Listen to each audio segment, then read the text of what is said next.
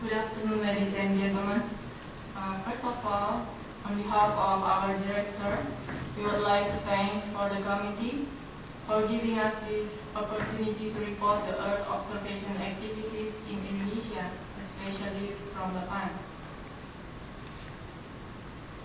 And in this presentation, we would like to show you about Lapan facilities, and then our Earth observation about NCAS in briefly, deforestation monitoring, drought monitoring, climate monitoring and prediction, and then also disaster monitoring in Lapan, and Lapan activities as data analysis node of Sentinel-Asia, and last is our dissemination of information.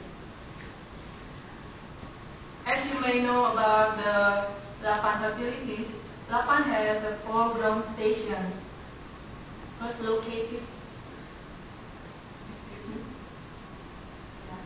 First located in Biak, first located in the Parepare, Sulawesi, receiving spot 4 and Modis.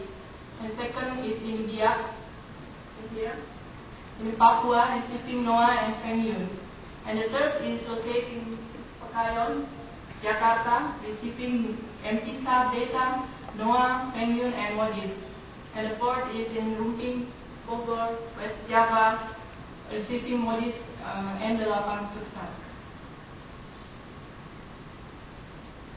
In the Earth observation, first Lapan doing about NCAS project, same as Dr. Alec and Dr. Adam explained us yesterday. NCAS is the Indonesia-Australia Forest Carbon Partnership Program, and this program aims to provide technical support to Indonesia to develop its national forest carbon accounting and monitoring system. Here, Lapan commit to support Ministry of Forestry in remote sensing satellite data and their derivative products. Our activity began around April 2009, including the data in selection, pre-processing data, and then digital classification. And we're still doing it. The detailed report about the NCAS program will be delivered tomorrow in the plenary session. Another our Earth observation activities is deforestation monitoring. This activity is still under research. The data used is Lancet data from 2005 until 2010. And by applying NDVI method, we can get the deforestation area per year just like this.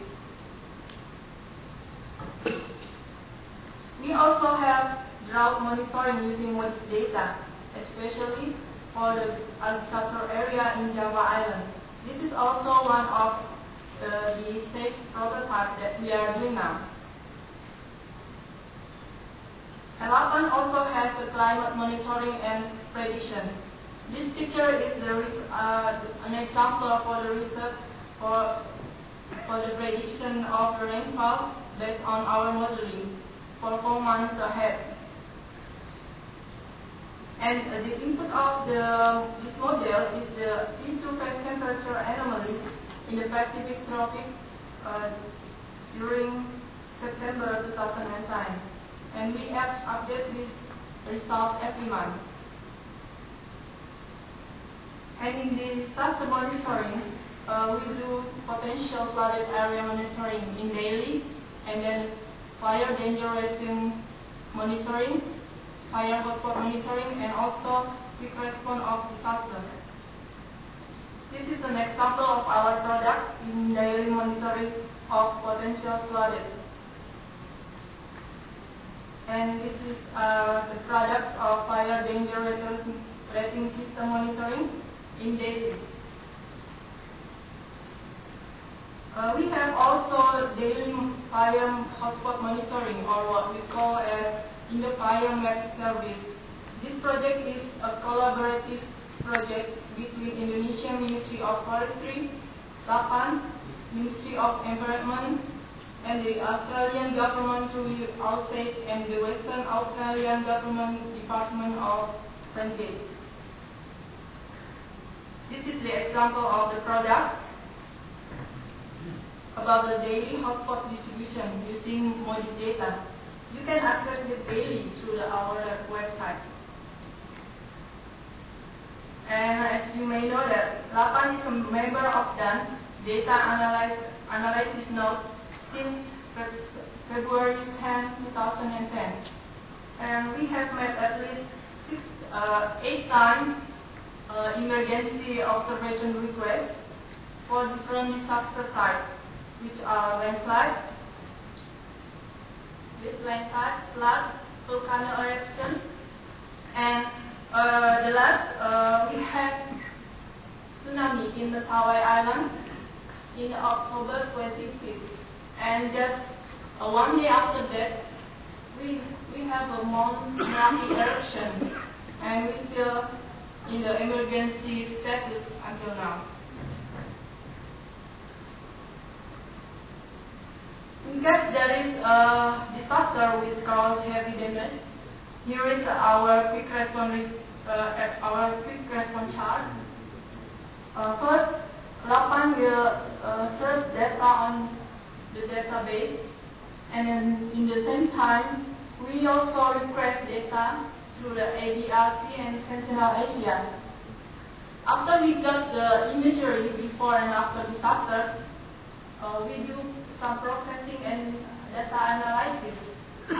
In case there is a heavy damage, such as in Mentawai for the tsunami case, and also for the volcano eruption in Merapi, we request Sentinel Asia to make an activation to the international charter, so we can get the high resolution data such as WebView, QuickBird, and etc.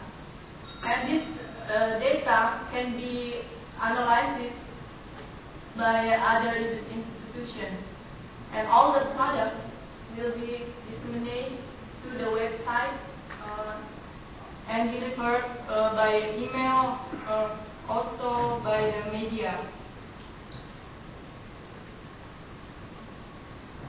This is the product of the emergency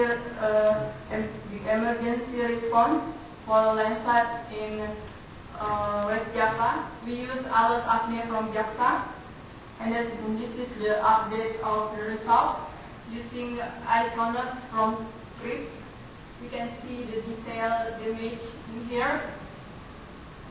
And this is for flood case in Karawang, West Java, using Alas Pulsar. We get the data from JAXA.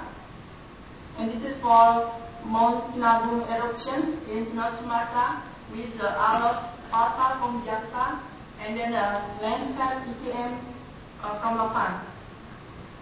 And we have also flash flood in Warsior, Papua, last October 2010. And we have the Alas Agnia and Formosat from JAXA, and also we have spot 4 from LAPAN. You can see the difference before disaster and after disaster. And for tsunami in Mentawai, we get the product through the international charter application. This product made by DRR German using Alas Agnia. And this is also made by DRR German using the Alas Agnia update with the WorldView data. We also get the GeoEye1 from Scripps, and then we make this product. And for tsunami in Mentawai, we also get the product from Pacific Disaster Center using the WorldView data, and also the product from DIC AIP. And our last product is volcano Merapi eruption in 26 October 2010 using spot data from LAPAN, and then Alas Pulsar before and after eruption. This Alas Pulsar from JAXA. And all the products we are sent to Lapan website, and then Sentinel SL website, and we are delivered to special unit of President Office, and then our National Board of Disaster Management, local government, universities, UN OSHA in Jakarta, and then Department of Fisheries and Sea, and also in national media in TV. So, in this opportunity, we would like to thank to the Sentinel Asia and then the International Structure on Space and Disaster, UN SPIDER, JAXA, DLR, JCAIC, CRIPS, EDC, Australia government, and other institutions that I need to list, for their help and support to make this Earth observation running well. Thank you so much.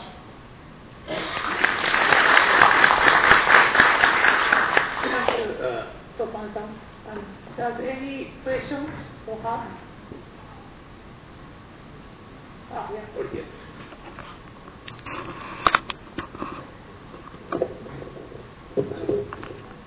You mentioned that you got data before and after the tsunami, but did it help alert the people who would have been affected by the tsunami?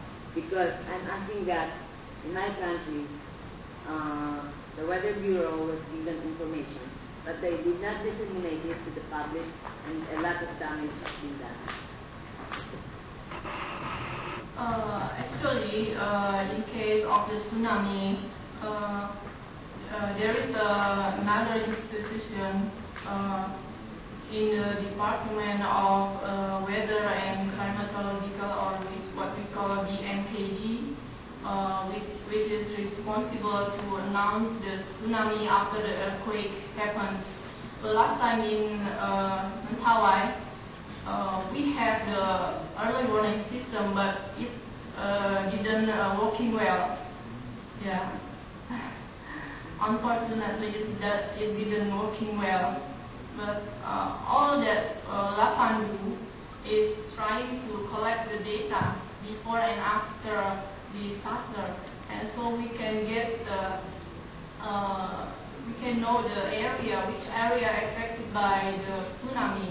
So we deliver this data to the local government and also to the central government to make some rehabilitation on reconstruction on that damaged area. The reason why I'm asking this is because at the end of the day, I think even with all this sophisticated equipment, if there's no roadmap or plan and strategy as to how to go about these disasters or whatever mapping or tracking down, monitoring that you're doing, if it will not help the citizens, it will be useless. I have a quick question. Firstly, congratulations on your quick response centre. I would like us to have something similar in Australia, but we don't have it yet. Is that associated with, does that have any links to the other facilities we have, to the Australia-Indonesia disaster reduction facility? Do you have any links with that?